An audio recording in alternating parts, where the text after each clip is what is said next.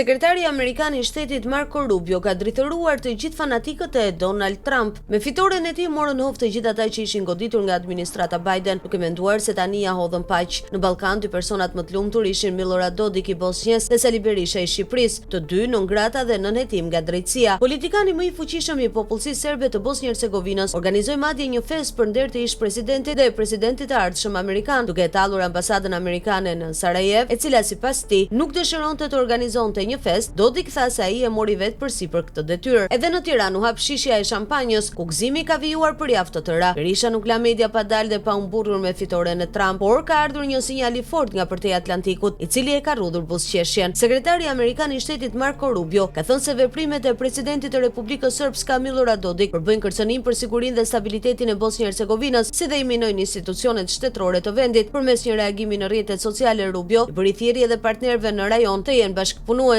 Qeveria jonë u bën thirrje liderëve politik në Bosnjë-Hercegovinë për t'u angazhuar në dialog konstruktiv dhe të përgjegjshëm. Ne u bëjmë thirrje partnerëve tanë në rajon të bashkohen me ne për ta kundërshtuar këtë sjellje të rrezikshme dhe përshkallëzuese, tha Rubio, dhe zhgënjimi u duk qartë te Dodik, I cili sulmoi sekretarin e shtetit. Ai gabon kur e thot këtë. Do të ishte mirë të lexonte se çfarë po ndodh këtu, dhe jo thjesht të pranoj narrativat e rreme të krijuara nga administrata e Biden, tha Dodik, duke parë këtë narrativ të Rubios. A mos valli janë shuar edhe shpresat e Berishës për të hequr non gratën? Rubio tregoi se lajkat nuk pin ujë, ata ruajnë interesin e SBA-s dhe sado që në përbot mund të ketë politikan pro-Trump, nuk do të thotë se ata kanë mbështetjen e tij. Duhet presim dhe të shohim, por reagimi I Rubios duhet ta ul me këmbë në tokë Berishën, se bën vaki, situata mund të kthehet nga shiu në breshër.